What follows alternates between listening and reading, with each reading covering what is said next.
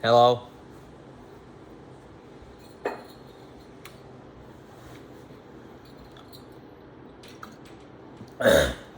So here's the situation. I spent a few months at my school working on something called an advanced inquiry, which is a presentation.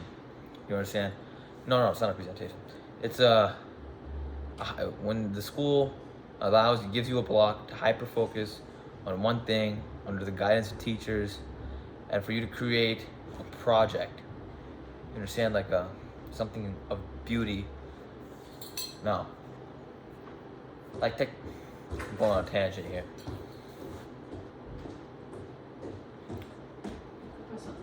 It's nothing. It's a video. Okay. Anyway, so basically you work on a project and then you present it at something called a symposium. Now, I'm not sure if that word has extra weight to it, but at my school, a symposium is like where you present your year-long work in front of a bunch of people. So I did that and it was fun. It was great. I was like, yay. I mean, I'm not satisfied with my project, of course, but I did it and I enjoyed the process to a certain extent. I mean, it could have been more efficient, of course. But they forgot to fucking record it. Actually, they might have recorded it, but I didn't ask for the video. So what I'm gonna do instead is present it in my living room on that TV and post it on YouTube. Why am I doing this? To virtualize the human condition. Now that's a common theme, and it's just an overcomplicated way of me saying that I want to be on the internet. But that's basically the whole thing. Anyway.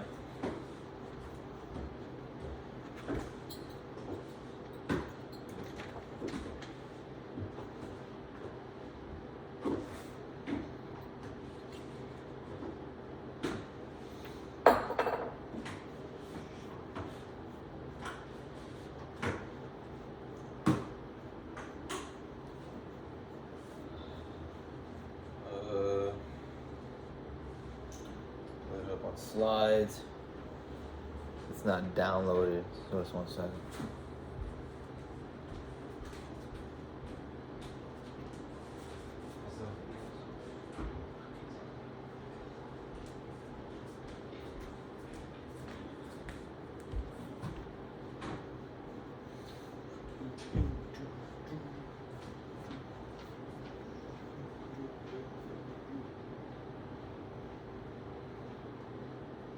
My dance. Why is it slowly? Part of this is practice and to see what errors I need to fix. I'm gonna post a bunch of videos. That's me a year ago. A bunch of videos. Oh my god, sign in, continue as Neil.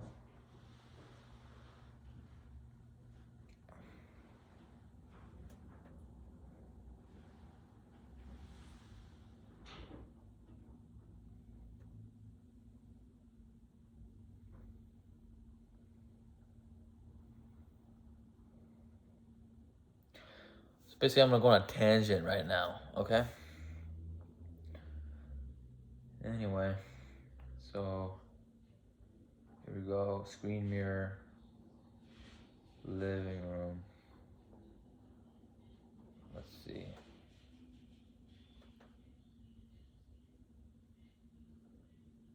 It's working. Let's see if it fucking focuses.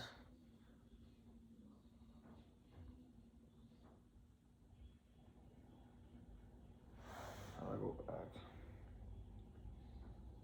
Okay. No way. Is it fucking...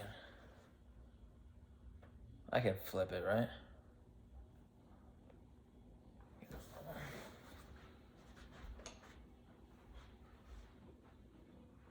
Yash! Yash! Yash! Come here!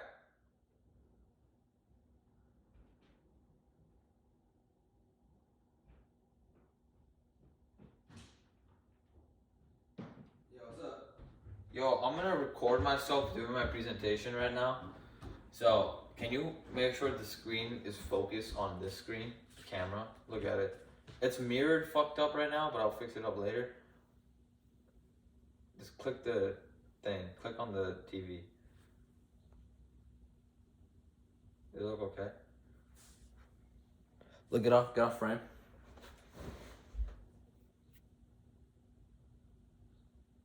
Whatever. Is it good enough? You think you can read it? It's like backwards right now. Yeah, I can read it pretty legibly. Now get up. Alright. Here we go. Well, then I want to put it here in the center so it's like a straight on. I would do that, but it doesn't. The charger doesn't reach. It doesn't really matter. Does it go over here? Same issue. Who's calling her?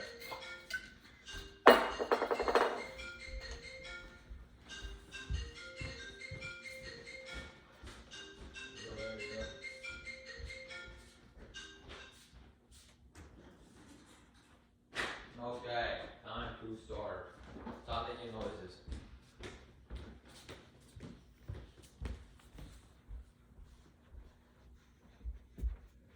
Okay, my project is called Herculia, and it's a metaverse for fitness. A metaverse for fitness. Now that's 4 major questions. How can we improve the quality of human interaction? How can we virtualize the human condition? How can we orientate human behavior more effectively?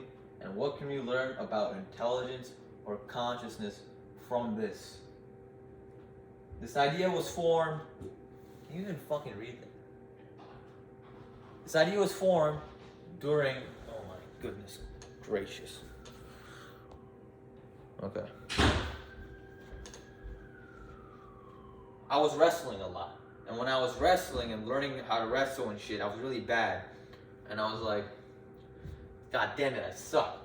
And I don't know. But basically I understood there's a lot of techniques, and you can imagine this tree over here to be the tree of wrestling moves. And I realized there's a lot to learn, and there's a lot of nuance to the sport when it comes to your style, your body, your personality, right? So, is this shit focused? Alright, it's not bad.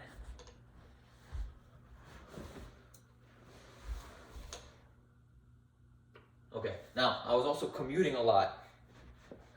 I had to travel a long distance to get to my practice. I live somewhere here in Stamford, Connecticut. My practice was somewhere in Bridgeport. My school is somewhere in Westport.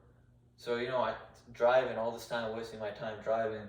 I was like, God damn it, I wish there was a way where I could just train in my house. Now, I'm a privileged son of a bitch, and I have a nice gym in my basement, but I'll get to that later.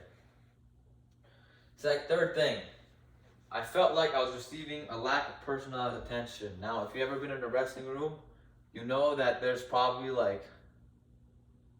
let's say anywhere from 10 to 30 wrestlers, let's say. And it's impossible for the coach, it's technically impossible for the coach to give personalized, nuanced detail and attention to everyone.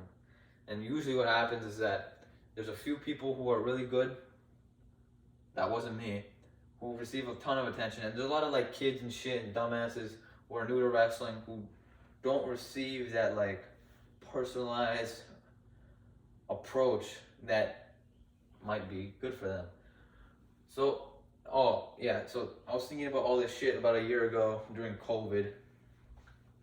As you can see, COVID. And anyway, so all these ideas were swirling around my head, and I'm not going to come up with the most original idea, but just follow me through. So, I wanted a technology that could train me and adapt to my personal requirements anywhere and anytime with a deep personal attention and consideration. And I wanted this technology to be available to anyone, to everyone. So it's not like I'm just the one getting a special advantage, or a few people who are lucky to have great resources to get special advantages, but everyone to get the special advantage. Some people, and I enjoy it. I enjoy a lot of special advantages in life. So What I really wanted to do was improve the quality of human interaction. With what? Virtual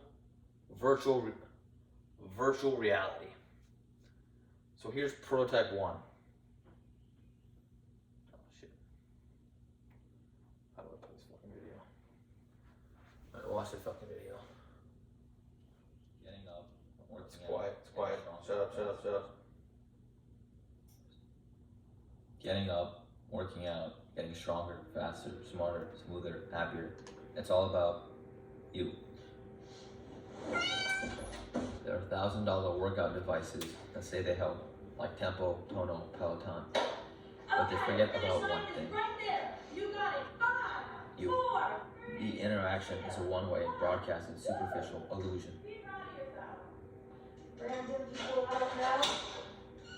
Herculia solves that with the metaverse. Any coach can set up a virtual gym and train clients remotely on Herculia's VR platform. Instead of throwing thousands of dollars on a mirror, join a fitness club for a monthly subscription fee. All you need is a phone. We use computer vision to create your digital twin. Can I transplant you in a shared virtual environment where a coach can treat you as if you were in the same space, enabling true human interaction. Enter the metaverse. Enter Herculia.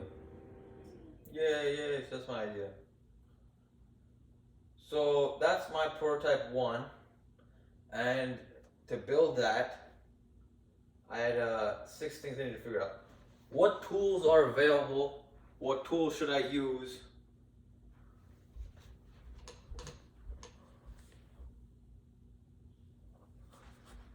How can I transplant clients into a 3D space? How do I enable the coach to... Okay, let me restart. What tools are available? Like, how can I build this shit? What tools should I use? Okay, all the things I can use to build this shit, what should I use to build this shit?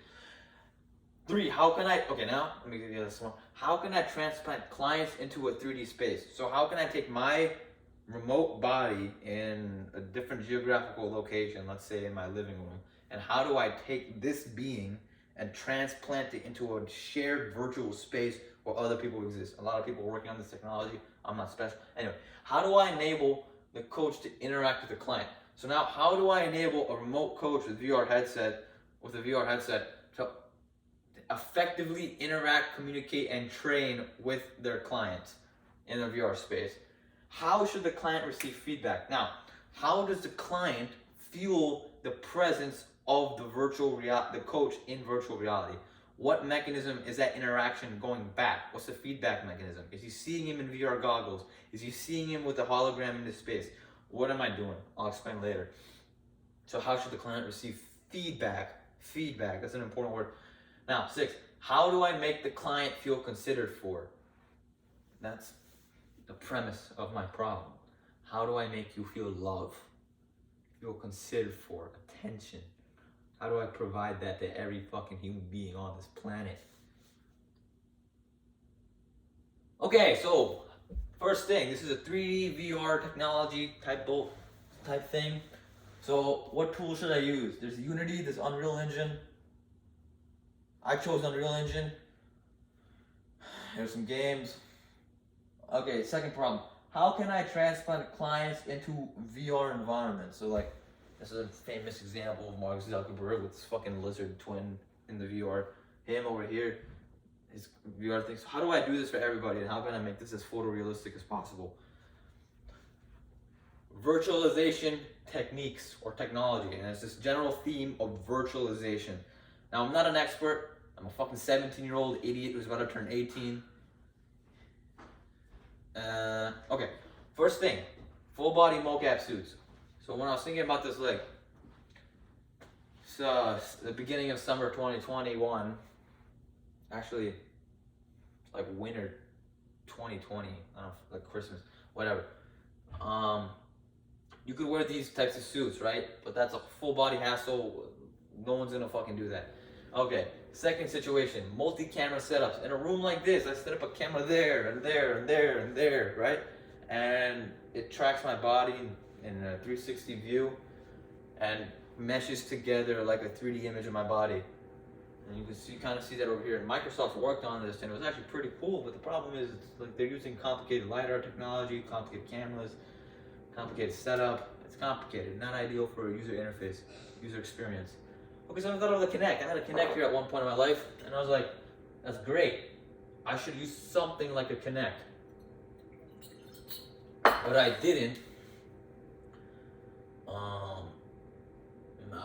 The way I think about it, it creates like it maps your body from a two-dimensional perspective as a skeleton, and it's like a two-dimensional skeleton in terms of like straight angles. I don't know if that's accurate, but that's kind of what I read somewhere. I might be wrong about that. Correct me if I'm wrong. Okay, so what I had to use was something called Monocular 3D pose estimation. Basically, take a 2D frame of a human body over here, pass it through some type of algorithm that then outputs an estimation of their biomechanical skeleton in 3D space. So take a 2D full body video and produce a 3D skeleton. Man, I'm getting tired. So there's a few different pre-built tools available that I could have used. There's like a Radical AI, you might have heard of them. Deep Motion AI, you might have heard of them. Pose AI, you might have not heard of them. And these are all the tools. I didn't discover them immediately. I had Radical first, and Deep Motion, and Pose AI. So these are the tools available. And it enabled me to do this. Now if you look over there, that's my friend Jason. He's like a D1 fucking baseball player that goes to going to Boston University. And he's performing a squat over here.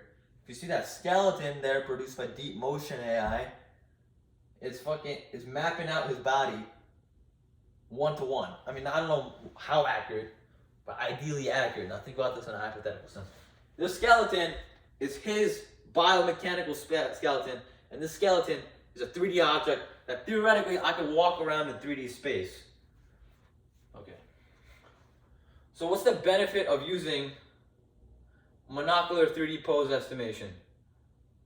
Okay, it only uses camera technology. So anyone with a smartphone can join. You don't need a fancy smancy $500 Kinect with LiDARs and all that shit. You can take your phone anywhere, anytime with a connection, which is almost everywhere. So you can take your phone, it's in your pocket. Cost of entry is super low. Anyone with a phone, an Android, a fucking Nokia 360, okay, not the Nokia 360, can use it. So the cost of entry is super low. The ease of use is high. Ideally, the software be designed so the user experience is simple and intuitive. And the computation of the animation of the client from his real life body to the animated body can be outputted to the cloud. So the processing of his body can be dealt with anywhere. So the hardware of the phone doesn't have to deal with that. So here's the diagram of this. This is not that special. I could have done this anywhere. But here's the phone, here's your body. It sends the data to the cloud processes it, and that cloud sends that processed 3D animation of your skeleton to a game server. That game server is then thrown into, is lived in by other people. Anyway, so I fucking hate myself. Next, retarget skeleton. So what I have to do is now take the way the software worked, right?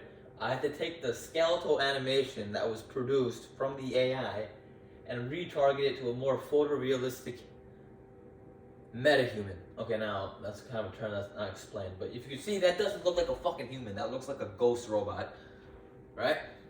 So what I need to do is retarget to something that looks human, so it's kind of like nice to interact with and gives you this sense, oh, well, I recognize that person.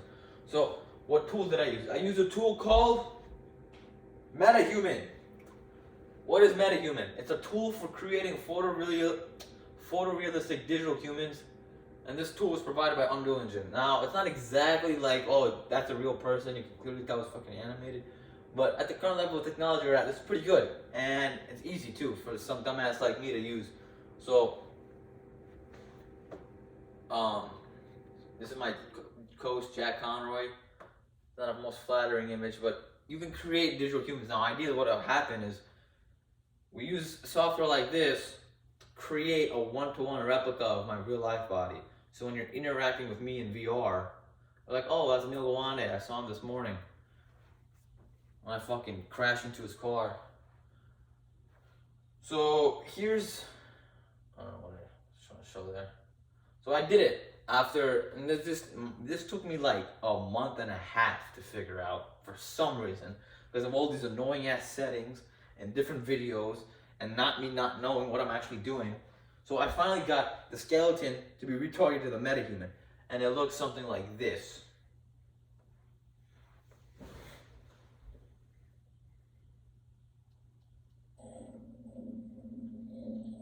This is me in my little gym you might have seen before.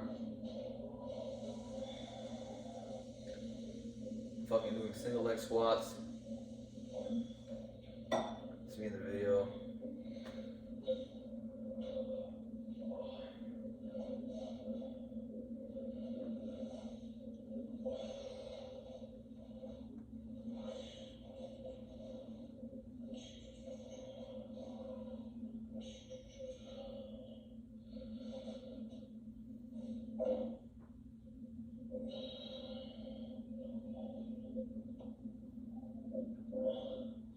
Doing some yoga.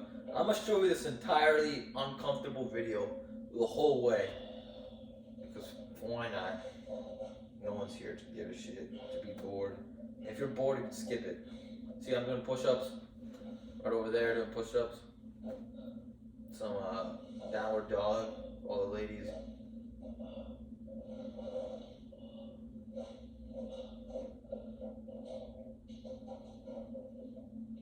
Tried doing like a planche shoulder push-up, didn't work. I was cutting mad weight at this time.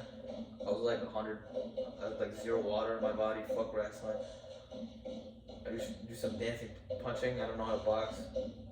You can see the theoretical potential of this. For like, you can create like an army of super soldiers in our basements. I'm dancing, an army of ballet dancers to like wow the fuck out of foreign countries. Like, I don't know why I'm thinking at this from a nationalistic perspective. Ignore that.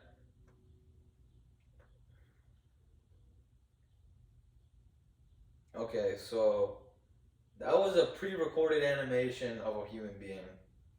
And this is a live animation of that human being. Which is the part I need to work on. It's not that great. Here we go. I got my brother doing squats right now. So you can see the video's not that great. It's a little imperfect. Imperfect is one way to put it. But I'm gonna work on this if I can get my ass together and my shit together. But, I'm not educated for using all the move profanity. that fucking thing on the ground, bro. Perhaps. Okay, do a alright.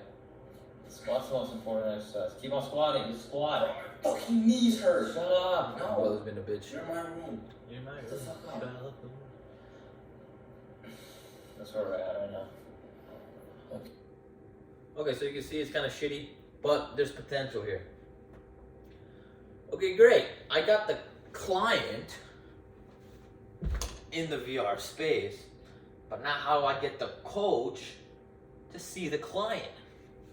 So what I use is just VR goggles. So initially I used this Oculus One, the black one, and it didn't work that well. As you can see, the metahumans didn't render properly. I was dealing with a bunch of complications. I don't know if this is a technical thing, a software thing, a hardware thing, settings thing, but I couldn't figure it out for the life of me for like a month. Then I bought this shit, Oculus Quest 2, with the school's money, and it worked. And I didn't show it, of course, but it worked. So now I need a mechanism for capturing the coach's motion.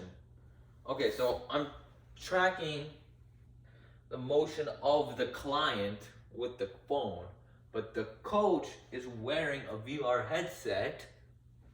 So how do I get his motion to be conveyed through his virtual character, avatar, visual twin? So I use a tool called Body Inverse Kinematics, which is I calculate the position of the coach's joints based off the position of their headset and controls and all the joint angles there. Now, I'm not sure how that math works.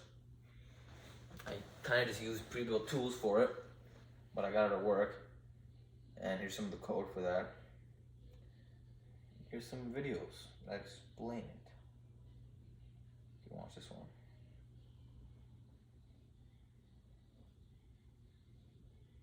So it's kind of a really bad video, but so this is like a simulation of what might happen.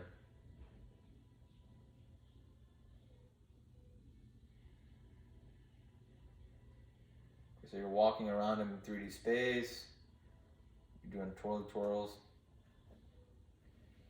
You're looking at him. Look, your hands. You're like, yo, you're doing this wrong. You point at his knees. This is the way a coach would interact with a client in real space. This coach can interact with his client in VR space. He's like, bro, what are you doing, right? Like, all this.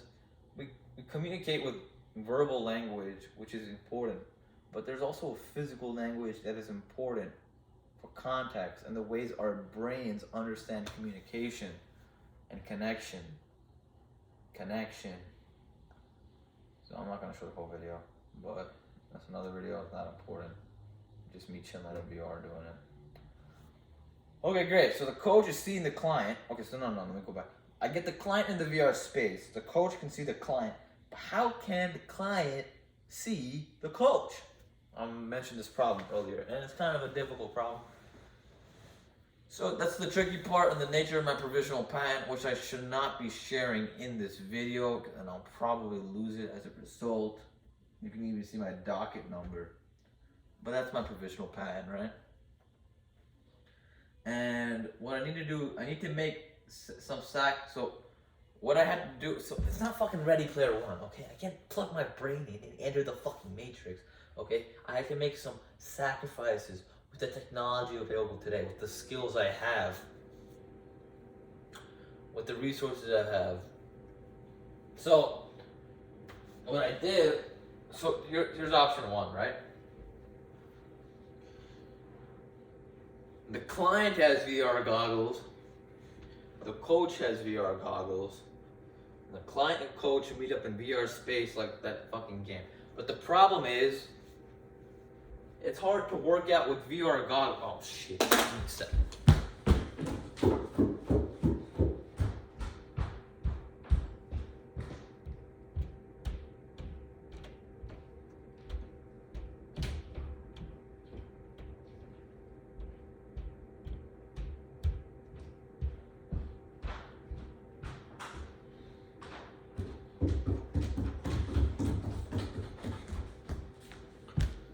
It's hard to work out.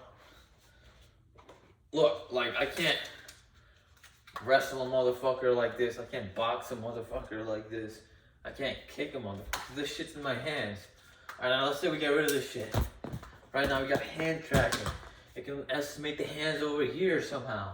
You can estimate the hands over here somehow. Right? But if I do like some shit athletic, it's gonna fall off and it doesn't work. So, second solution.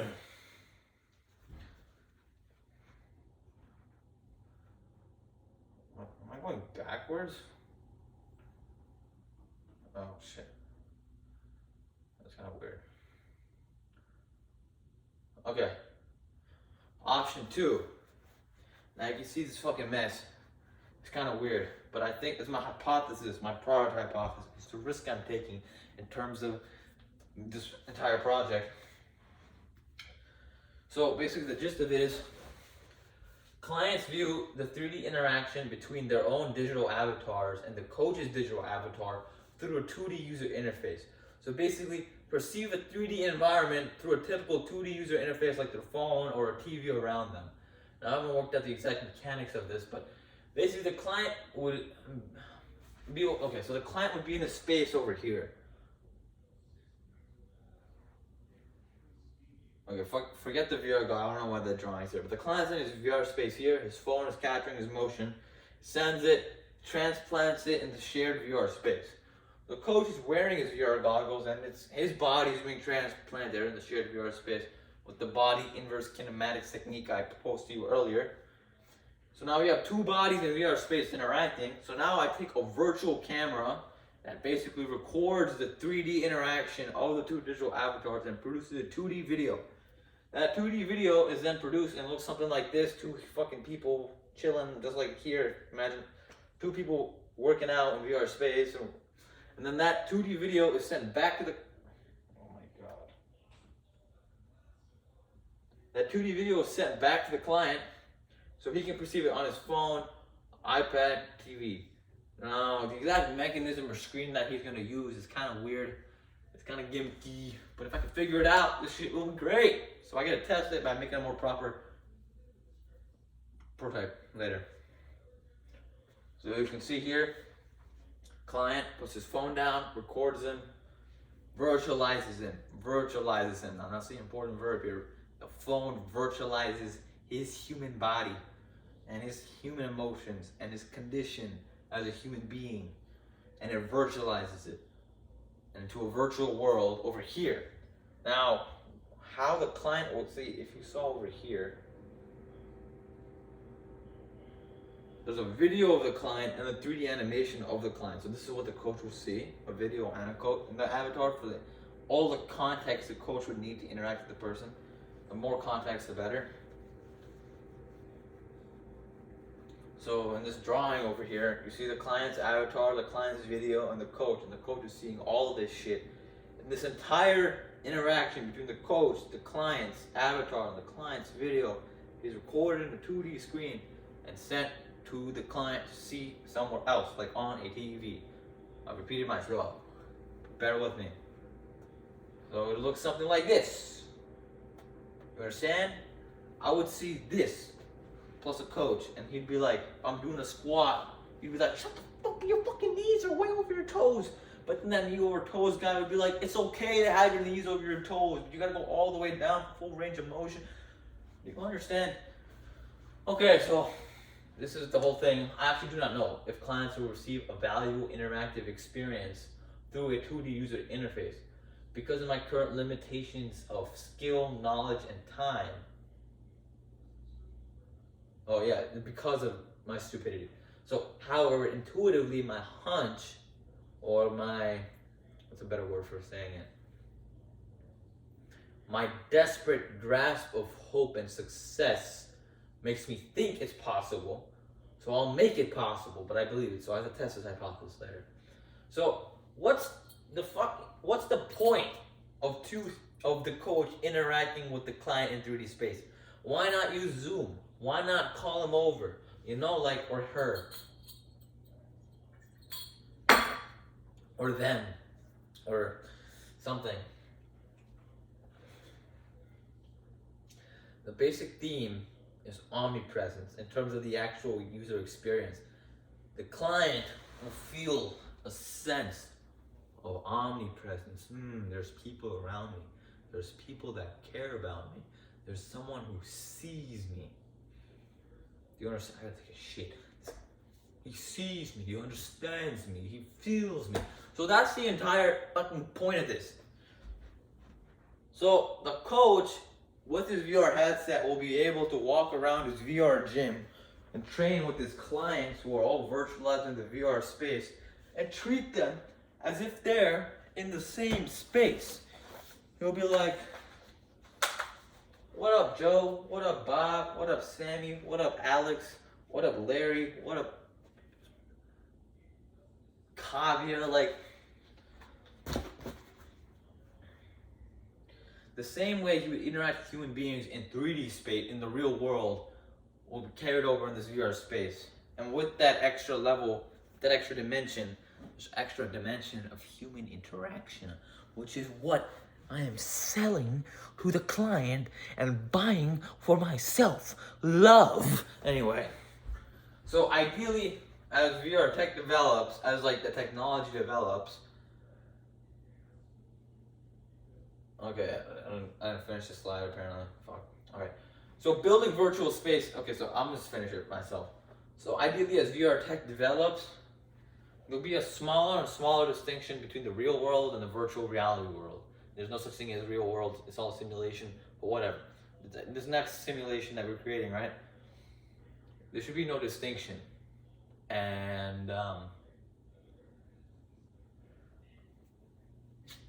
there's different ways we can do that, like holograms, fucking bionic eye chips or some shit, or like really lightweight VR goggles that are like glasses, which is all shit I will make or someone else will make. Hopefully I will make, because I'm a greedy fuck.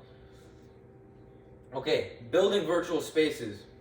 So an important characteristic of the metaverse of VR is this idea that 3D space has character. The same way I'm bringing character through human interaction with 3D technology.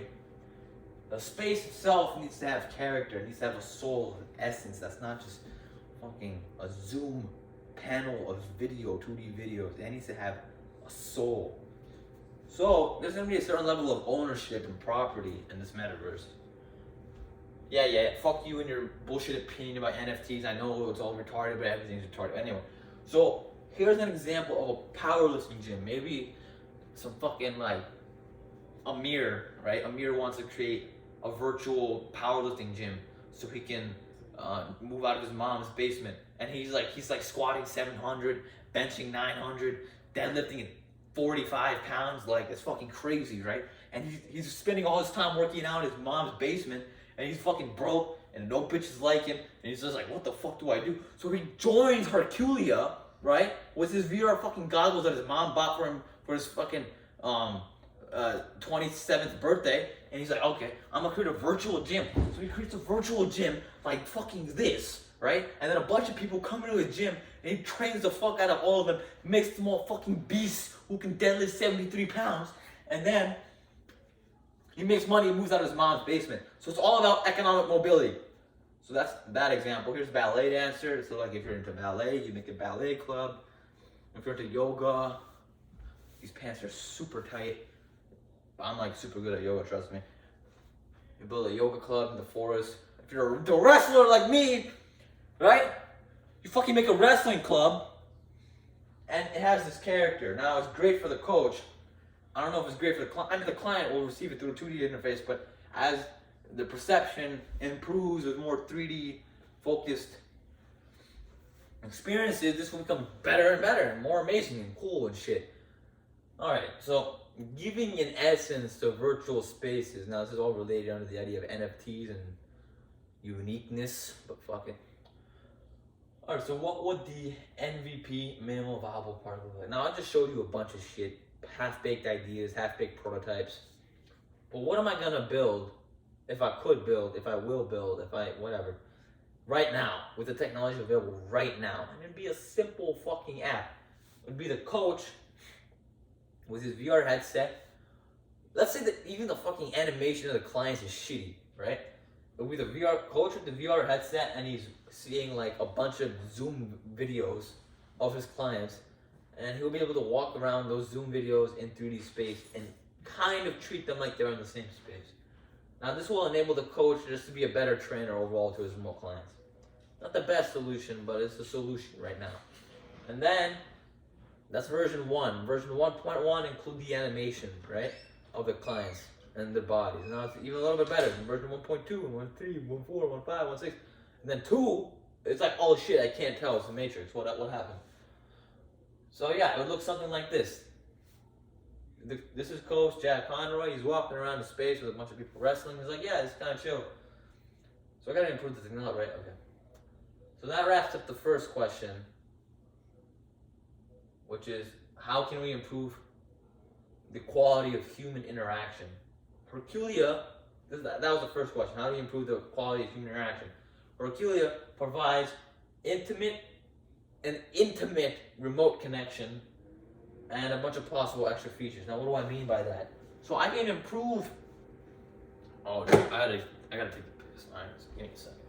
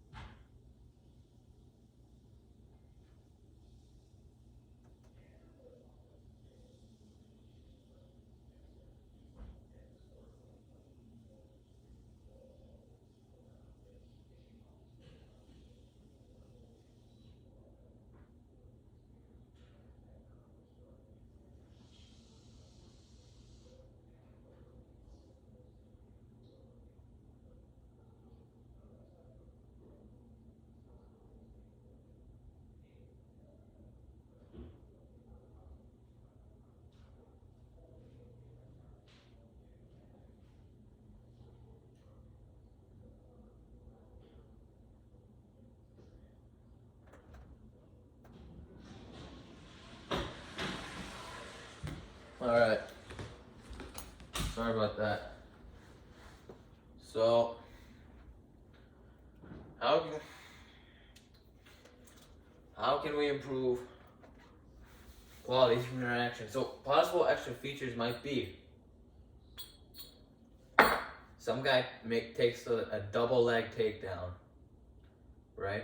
A pause, like he's like he level changes, steps forward, drops down the knee, comes around, like all that shit, right? Tights are pants are tight. So the coach is like, yo, what the fuck, dude? That shit was fucked up, man. So he stops the video and the animation and rewinds it and finds the exact point when he was like, yo, you fucked up over here, dog. You gotta twist your toes at a 17-degree angle to maximize your attack velocity in the upward direction for your acceleration. So the gravity of you understand what I'm saying? You can like pause it and show it, and like you can't do that in real space and in real time. You'd be like, no, not like this, not like that, like that. You can show that to them in VR space. I need water. Hold up.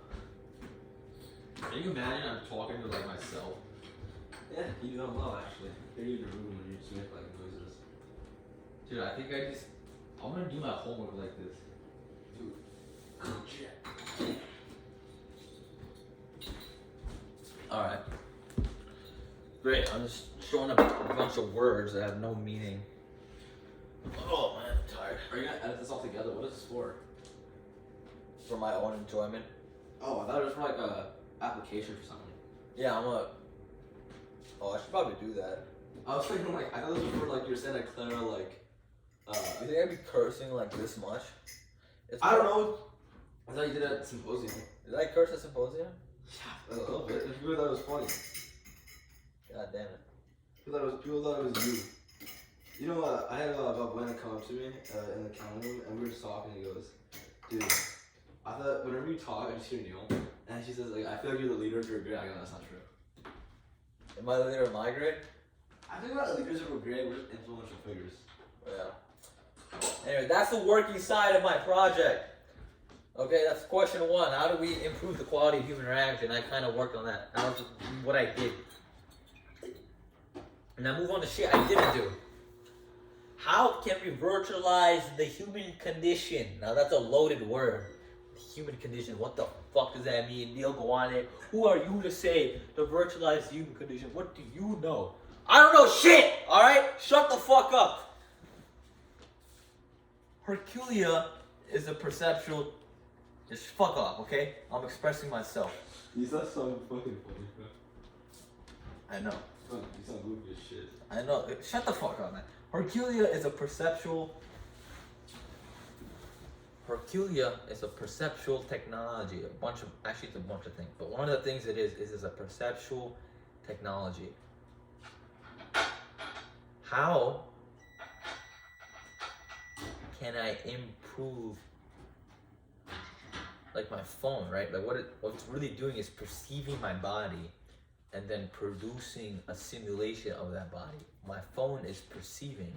Herculia in totality is a perceptual technology that virtualizes the real world and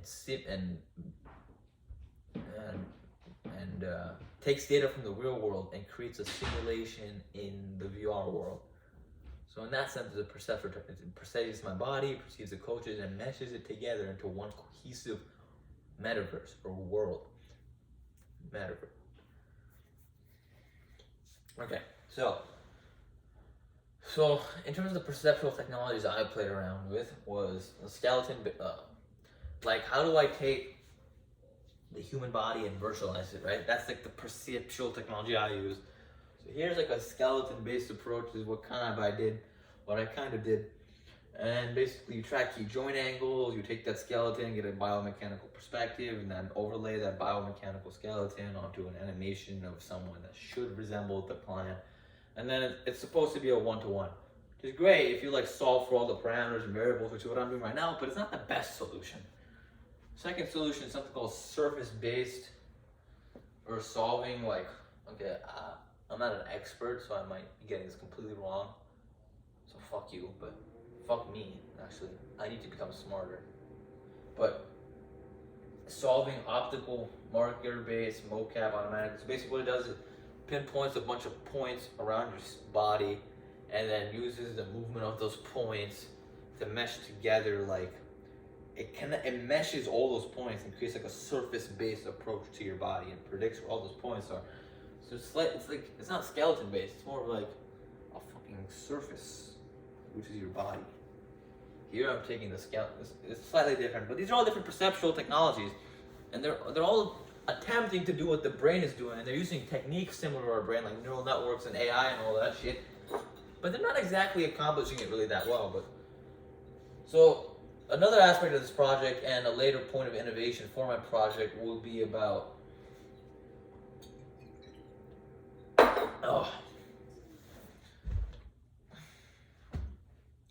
virtualizing spaces, right? If I could put my phone down and I can scan my room and make a one-to-one copy of that room in VR, that'd be fucking dope.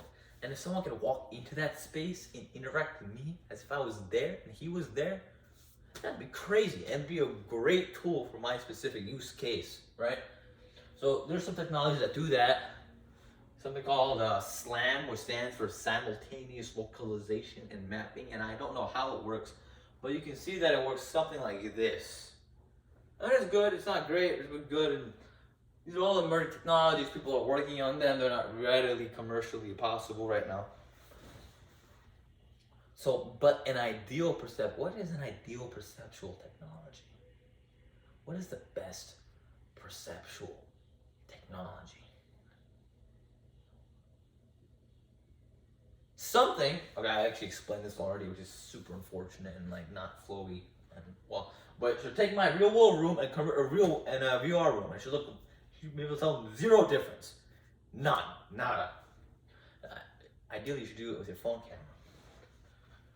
But the greatest perceptual technology, what exists already that is the best at perceiving things? Our fucking brains. I'm gonna read this shit in a second, but here you can look. Actually, I'm gonna read it. I want you to think about how the human brain works. It is not that different from a video game.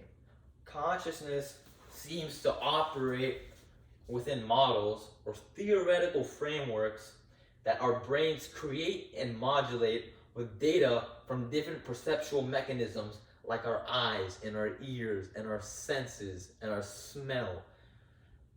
Basically, perceptual systems like our eyes provide data to create a virtual, subjective world within our brains within which we exist. We don't exist in the world. Our consciousness does not exist outside of our brains. It exists within a simulation our brains create, which is not that different from what the fuck I'm trying to do with this phone. See over here, real world? Your brain is over here.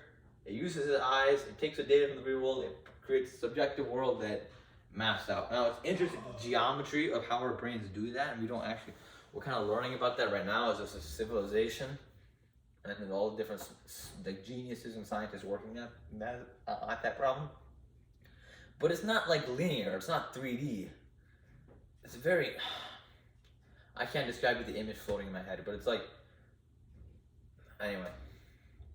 So we know we kind of think like this because when you're dreaming, you can be sitting in your bed, fucking doing jack shit, and you can be walking through a 3D space in your head. What is our brain doing? It's creating a simulation. A simulation you're walking through, and you can't tell the difference. You think you don't know you're awake. What does it mean to wake up in this real world? Like, what the fuck? Anyway, so this is your VR body, right? This is you in the back room. Now, I'm going on a little bit of a philosophical tangent here, but the back rooms is an interesting concept, like an interesting cultural phenomenon that people are acknowledging through memes and shit. but it's a space where you're trapped in forever. You're stuck there.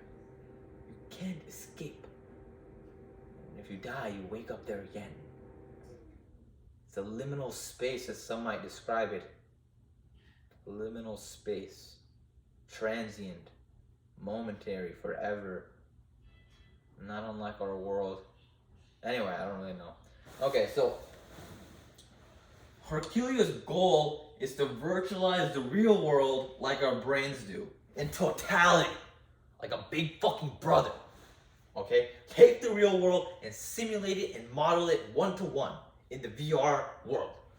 Right?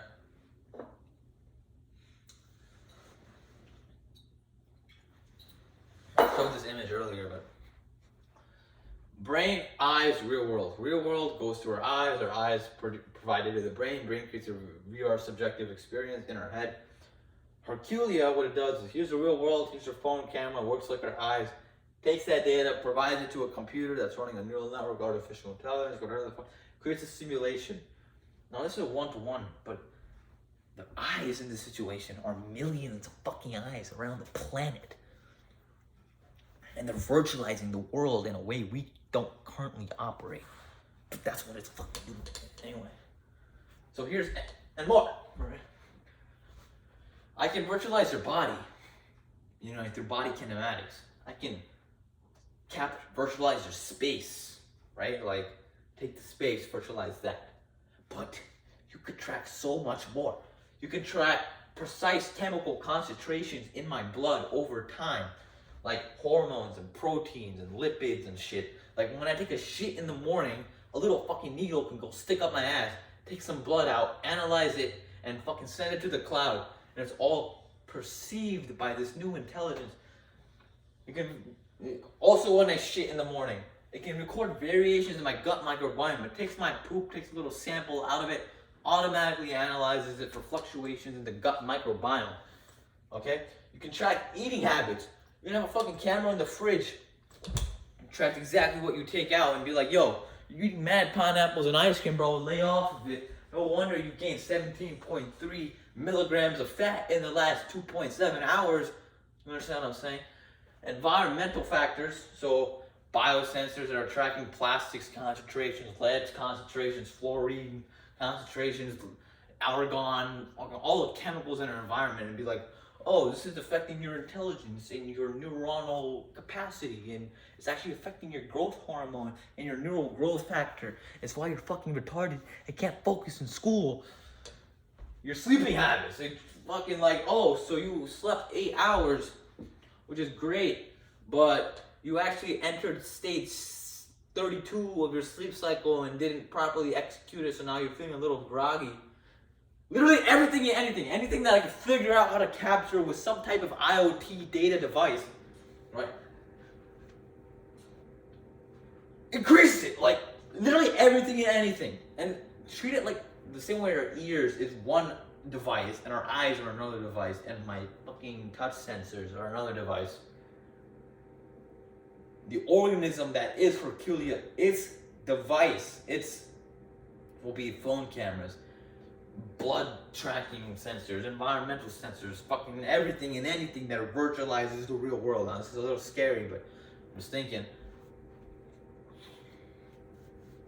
So basically, here's the human. Now, here's a specific application for Herculia. Here's the human who's a complex biological system. Okay, nothing more. Actually, who knows, right? But the way I'm seeing it currently, it's just a biological machine, right? I virtualize it by some mechanism. I take this biological machine, I virtualize it, and then I bring it into the metaverse and create a digital twin human being that simulates the complex biological process that is the human being in its entirety. Be seen, be accepted, be loved by being understood down to your fucking like concentration of hemoglobin. I don't know, anyway. So how does Herculia virtualize the human condition? I'm gonna read it over here, alright? The human condition is all of the characteristics and key events that compose the essentials of human existence, including birth, growth, emotion, aspiration, conflict, and mortality. The human condition is life itself and all the things life brings. And what I'm doing is virtualizing it in the sense that when you are interacting with other people in VR space, I am virtualizing your growth, your emotions, your aspirations, and what you're trying to do, the conflicts with your coach, the competition between your fellow athletes. All this is being virtualized and understood. So in that sense, Herculia virtualizes the human fucking condition. A sliver of it, at least. I don't know how to get to death and mortality just yet. I mean, birth and mortality and death, birth and death. Once I figure out birth and death, it just like wraps. It's over. Anyway, by virtualizing the interaction between human beings in 3D space, the biological state of a human being, the progress of a human being in terms of their fitness, like this. So that's how I do it. I explained that earlier. That's what I'm doing. That's how I'm virtualizing the human condition. Like this, look. These guys do ballet, all the complex relationships you have with coaches. I was like, yes, you can finally put your leg over your nose. I'm so proud of you. I am so happy that after 2 years of hard training and conflict and arguing and debate and everything that you require to sacrifice for this particular activity, this goal, this arbitrary metric of success, you can finally fucking do it. I'm so proud of you. Okay, so but why do all of this, right? With your permission, I don't know how the exact data thing will work, but it would, early stage, it would enable coaches to be the best coaches possible. They would be able to navigate the peculiarities of you to provide the best service as a coach to you. The more data, the better. Which brings me to my next point. Now, I'm going even further into territory I don't completely understand over here. To orientate human behavior more effectively. What the? Okay. Herculia is not just one gym and a few clients and a coach. It's not even millions of independent gyms and clients and coaches. What it really is a complex network of human interaction in 3D space. Now, this isn't a unique idea. You might have seen this somewhere else, and you've heard of it, definitely. But what Herculia really is a virtual model of the real world and the complex connections that arise as a result of that real world. It's a conglomeration of human activity orientated towards fitness in the metaverse. That is Herculia. Within the world of Herculia, for example, okay, so now I'm not explaining things great, but just try to piece it a little bit yourself, right?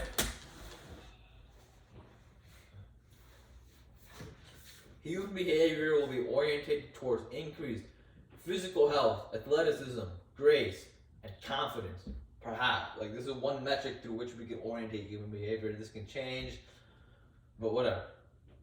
We'll orientate these metrics of the general population, and thus the economy. Okay, I kind of jumped concepts here. It's not flowing well, but fuck it. The economy will reward these metrics. So basically, I'll orientate human behavior to increase, let's say, the physical health of the general population and reward it with currency. How? With an independent metaverse economy. Now, you've also seen this already. Decentralized autonomous organizations, blockchain, Bitcoin, Ethereum, NFTs, Solana.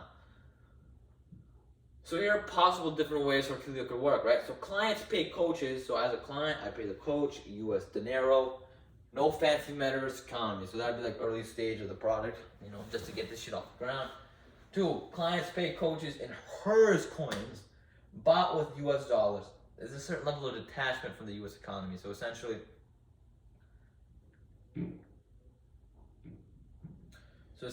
you with $5 you buy 5 HERS coins. You use that to pay the coach 5 HERS coins, and then you can transact that later. Okay. It's great, but it's not exactly independent because you still need US dollars for it. Now, here's the fucking crazy idea, right, that other people also have probably, is clients and coaches receive a universal basic income, a UBI, to then drive the Herculia economy. So, instead of paying motherfuckers with real dollars, clients are given a UBI just enough to survive, whatever that may mean in this context, and then they use those coins that are given to them to UBI, then drive the economy in the metaverse by paying the coaches with that UBI, and then the economy grows, it fluctuates, and everything, and it all comes down from this. Okay, so here's a simplified view of the American economy, right? Here's American capitalism. Should I turn the fucking lights?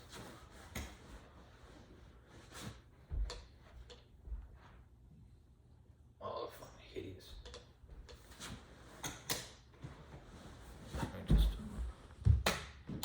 I got like a bladder problem. I gotta like pee every like 10 seconds. God damn it. So, oh my god, I'm gonna die.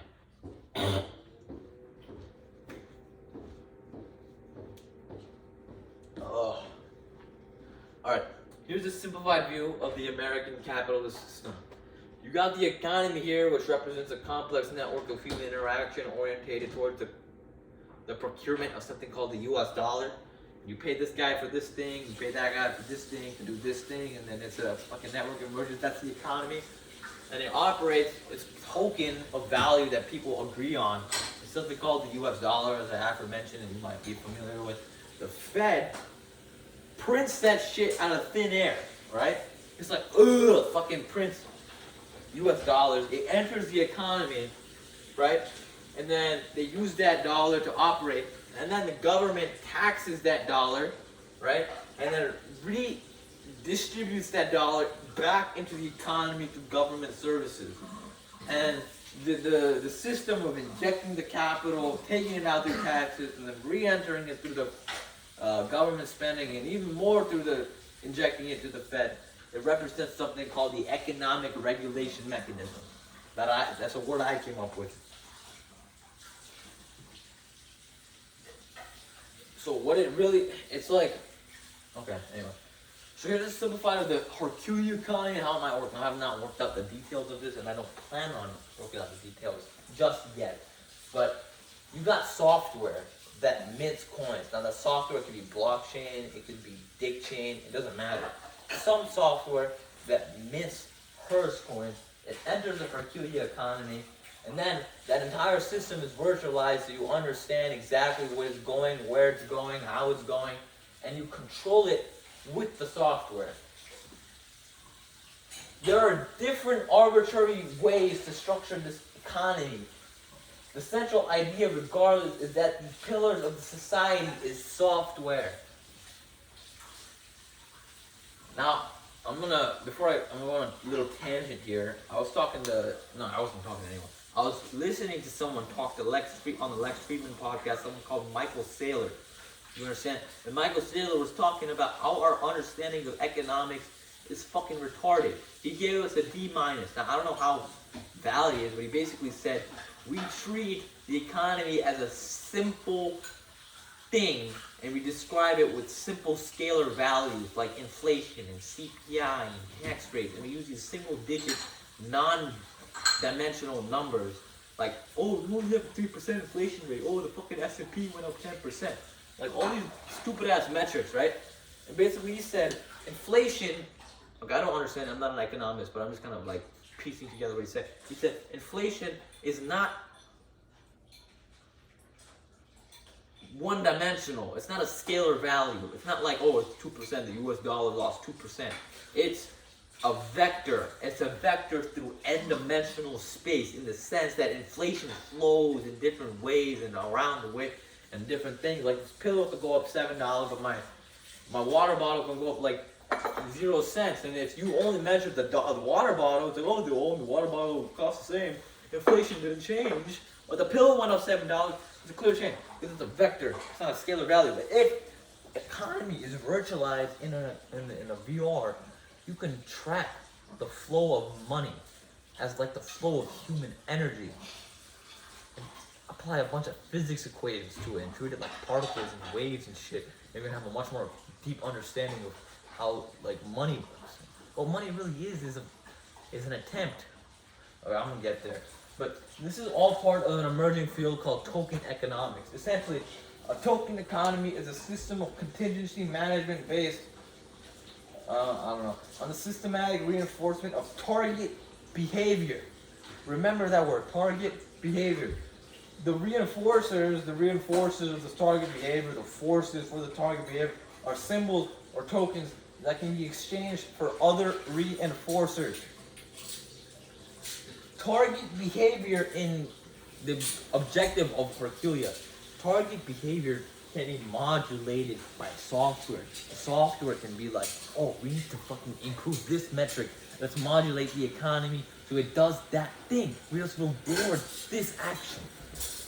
We can orientate human behavior by rewarding certain actions. Not unlike a video game, not unlike the fucking American economy. Okay? Theoretically, value can be printed out of thin air. Just like when the Fed, the Federal Reserve, switched from the gold standard, right, to like this abstract idea of what money is. Like we just print it, like it's value. Fucking believe it. Believe it. Believe it. Believe it. If you don't believe it, I'm gonna fucking shoot you. I'm not gonna go there. Possible way it could work. So let's talk about how Bitcoin works, right? Bitcoin is valued by the amount of energy it takes to produce one and how much people are willing to pay for it. So this entire thing is called a proof of work. So we use proof of work to protect the value of the Bitcoin. How could a Hertz coin work? Instead of the proof of work, we can develop another mechanism, another proof. And it can be the amount of energy a client expends when working out. So we can directly link the value of the Hertz coin to the amount of energy a human body produces, right? Human labor produces when it exerts itself. And I can measure exactly how much energy it's producing from tracking all the different data points. That currency that is produced when the body moves during the use of the Herculia system, that currency is produced, right? It's like the engine that produces this currency, and then you use to pay the coaches. So this will create a self-sustaining metaverse economy. Now, I know this might seem a little crazy, but let me just continue. All that matters is that people believe these tokens have value. And at the end of the day, currency is nothing but a quantification of human effort and energy. So as long as these tokens are associated with productive human activity, they will have value. Thus, humans will have to shift their perspective on what is valuable human activity. Do you understand? What do we as a civilization value, and what do we want people doing, and how can we make sure people are doing that thing that we value? Like taking care of babies, and fucking walking dogs, and picking up trash, and not being a dick, right? How can we reward those behaviors? So here are some real world examples of this happening. Decentralized housing. Basically, decentralized organizations are collecting, they're creating these tokens, and these tokens are used to fund the creation of a bunch of like sustainable and affordable living in a bunch of like underdeveloped nations. Cool, like this is I don't actually completely understand it. I kind of saw this one day, but that's one example. Another example of like value being printed out of thin air. Workers in the global south are making a living playing the blockchain game Axie Infinity. So basically, a bunch of these guys in South Africa are fucking treated like shit by their piece of shit bosses, right? So then they play a video game which has no real world implications or any sense, and they win these Axie Infinity coins that have value. People are willing to pay for them, and they make a living off something that is theoretically meaningless. What does meaning and value mean, man? I don't know, but it's happening.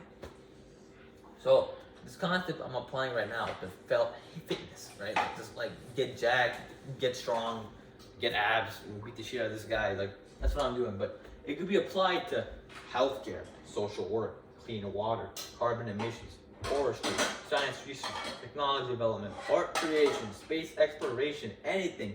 Horses, I don't know, man. And now the final question.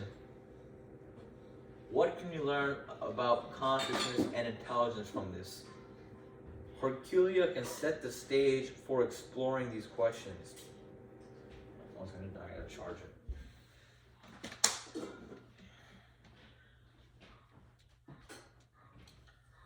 Hierarchies, I'm gonna sit over here so my phone can charge.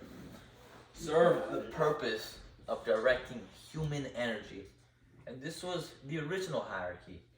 A bunch of fucking ape monkey dickheads running around with spears, shooting at elephants that looked like bears, and killing it. And the hierarchy was the nature, the weird like alpha male behavior of these men, the woman, the animals, the food. That was the hierarchy. And the human energy was rewarded by the amount of food you can collect and the amount of people you could kill. Then we evolved a little bit, and now it was farming, right? We evolved, so now new hierarchy was around human beings taking their energy and producing food. The food was a quantification of human energy, and it became another currency. This is how we organized ourselves then. And then these fucks started building random shit, like the pyramids. And now we started valuing beauty and art and structures and architecture and God and shit like that. And now human energy was quantified in the biggest and most beautiful things you could produce, like this. And they just did that because there was nothing else to do. They built a giant pyramid in the middle of bumblefuck nowhere just because they wanted to, right? Now, here's another hierarchy where the currency was goods and bartering goods. This is the example of the Indian Ocean trader, as Mr. Campbell in my American history class or world history class at GFA would know me to say. They call the monsoon marketplace, which is a word I got from Crash Course. Anyway, so this is like a complex hierarchy of independent Indian Ocean traders floating around the ocean, trading. It's all good, it's all good, it's all beautiful, it's all happy. It's now like centralized authority that's telling people what to do. It's a flourishing economy, it's beautiful. Energy from the sailing, from the producing of goods. Why? I don't know. It happens. It just happens to happen. Then we evolved a little bit more. We started building factories and orientating human behavior through these factories, and the quantification of the human calorie was like, how much shit could you make?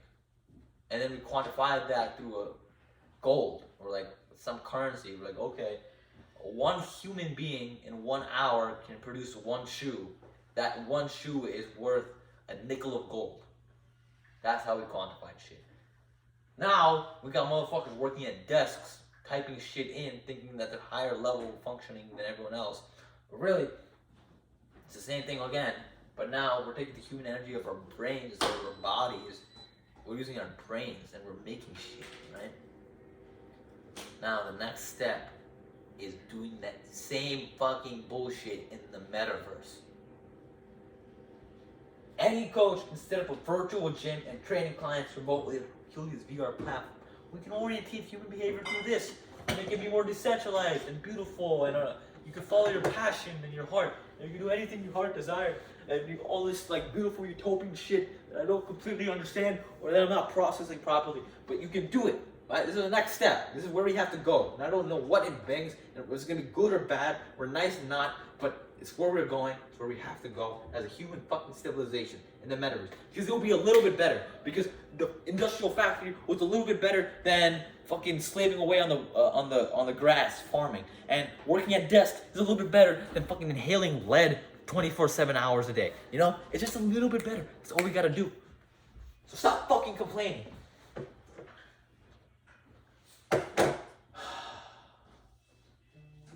Herculia would have a lot of data modeling human interactions, human motivations, human bodily movement, human emotions, human biology, a complex human economy. All this shit will be virtualized. It's in the VR. We're like tracking everything. You can see fucking everything, right? And as a consequence of all these different moving things moving around, networks will emerge. As I pointed out earlier, all this new shit will form a new hierarchy. No longer is it the serf and the lord and the farm. No longer is it the industrial boss and his fucking workers in a factory. It's like a decentralized metaverse world with a bunch of independent gyms in this particular use case is working, and the hierarchy that will emerge, I have no fucking idea. I'm not gonna tell you how to orientate human behavior, but I'm gonna put a bunch of people into space and let them organize themselves through like a social network model, and a new network will emerge, right? A more free network, a more dancing network, a more chaotic structure, a more chaotic network, less pyramidal and more sun-like. I don't even know how to explain it, but a complex network of human interaction in 3D space will emerge, and this shit will all be able to be mapped out by a computer because everything is digital. Our brains. So this is a network. Now networks emerge everywhere. Networks emerge in Herculia. Networks emerge in the neurons of our brains. Networks emerge in the roads we produce in our cities. Networks emerge everywhere for some fucking reason with a simple geometry. There's social media networks, right? Look at all these. Look, looks like a brain kind of. If you were to look at the brain like that, but it's a social media network. Funguses, mushrooms. They grow underneath the trees, and people think that they're producing like consciousness under like a conscious, like a single brain that is the entire forest. Like those are just neurons. The fucking complex network. Galaxy superclusters, bro. The way gravity folds and light bends through space and time, the different ways that shit happens in the void with dark matter, maybe. I don't know if dark matter is true. I don't think it's true. But again, the same networks, neuronal structures emerge in galaxies. Now, this is where I get a little kooky. Watch this fucking video.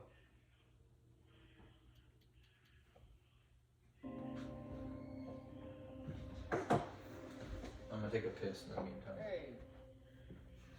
Hey. You wanna see something cool?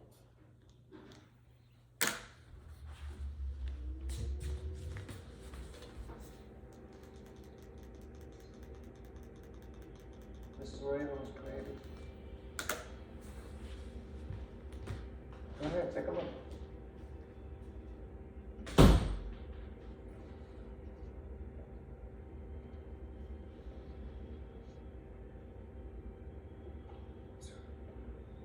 If you knew the trouble I had getting an AI to read and duplicate facial expressions, you know how I cracked it?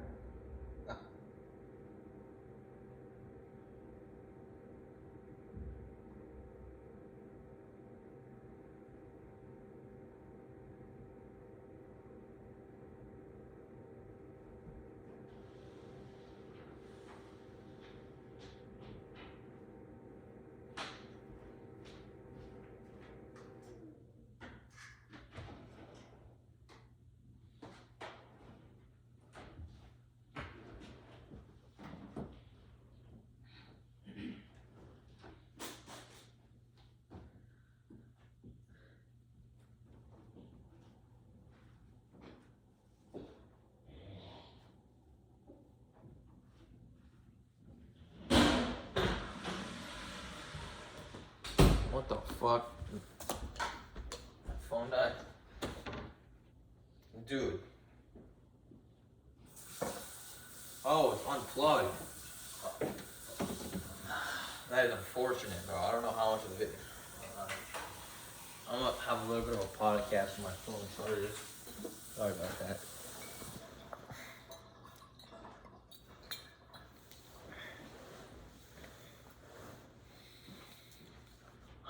See,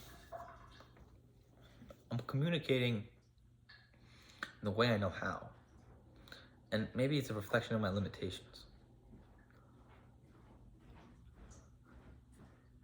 But what we gotta see as the human condition as is a bunch of different software models trying to communicate something to each other for some reason.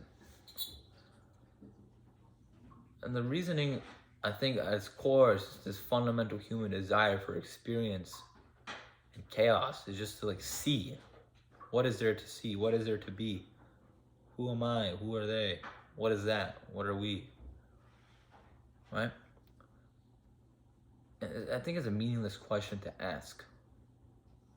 That's all it is. It's just consciousness seems to exist for the sake of experience. And one thing we like doing as experiencers is share our experiences. And we know this to be true because human beings are infatuated with social media. And we see this as a toxic behavior. But it's really just a beautiful evolution in human communication. Our software models are no longer limited by our geographical space and time, but almost limitless and unbounded because of technology. Now, this is optimistic, of course, and there's going to be a bunch of consequences for a bunch of things. But I think the consequences of all the bullshit that human beings do is the most beautiful aspect of it. The chaos, the pain, the suffering, the love, like all that shit emerges.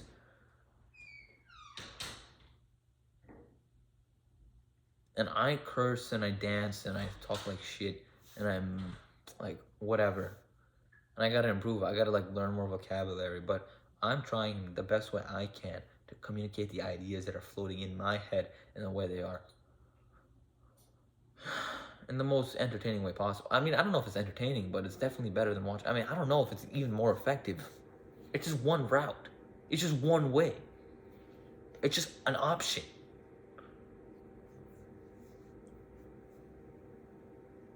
This is gonna be like a 2-hour video, hour and a half. Read this in a 2-hour book. Yeah, do the same thing. Or like a presentation, just do it. But that's the one thing that I struggled with for the longest time. How do I share my own existence? And for the longest time, I hated myself. I hated my body. I hated everything about my existence. My identity, my name, my culture, my ethnicity, my fucking body. And it made me hide from the world. And I think the expression of Herculia is the fact that I'm dealing and I'm expressing the struggles I've had with body dysmorphia and identity and shit through a singular project, which encapsulates the human condition, earthy through the body, right?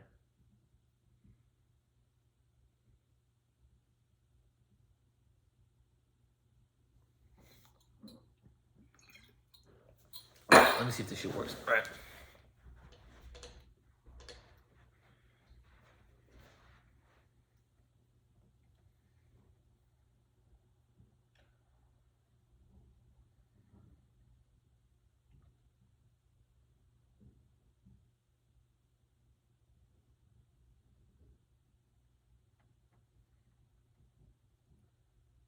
I have like 124 slides.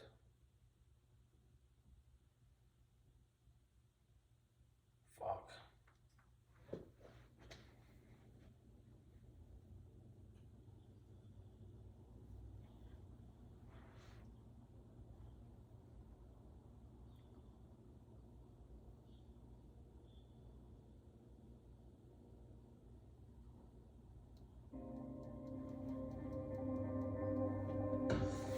I love this movie. Hey, Hey.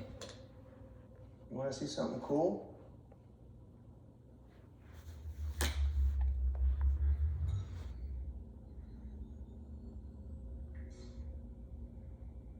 This is where evil was created. Go ahead, take a look.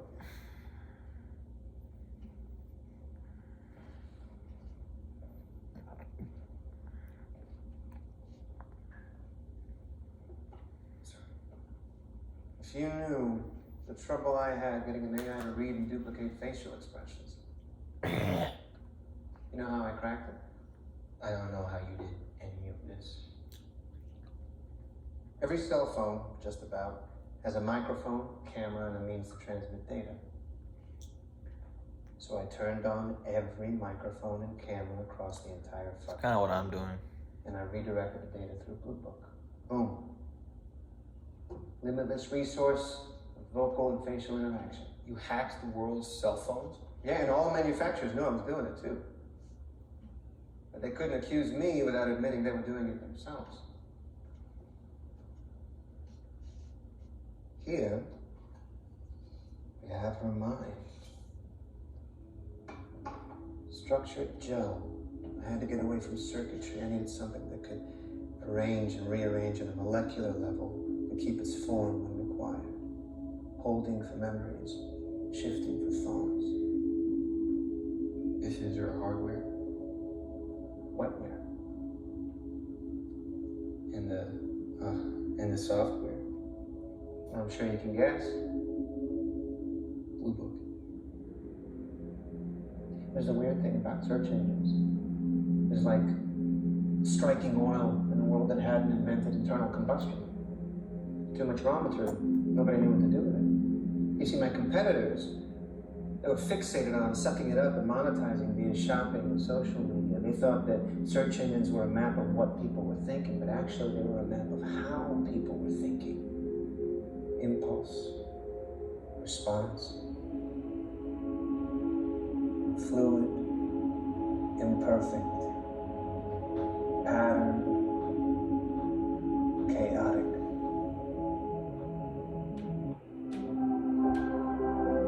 Ah! Anyway. So maybe. Nothing. I wasn't calling you. Fuck you. Basically, what I could do is take the interaction of all these different spaces and create this fucking get a compass network, and then take that network to model consciousness. Maybe. I don't know. It's a hypothesis. It's a fucking experiment, which is what all of reality seems to be. An experiment. An experiment in the cruelty of God. Look at that fucking man in the video, right? The man in the video, he's like, oh yeah, I just fucking stole everyone's data and I'm a piece of shit. As a result, he created something beautiful, which is that woman over there. This fucking thing of existence, like this conscious thing. And it happened because of his cruelty. What does that say about God? What the fuck does that say about God? Anyway.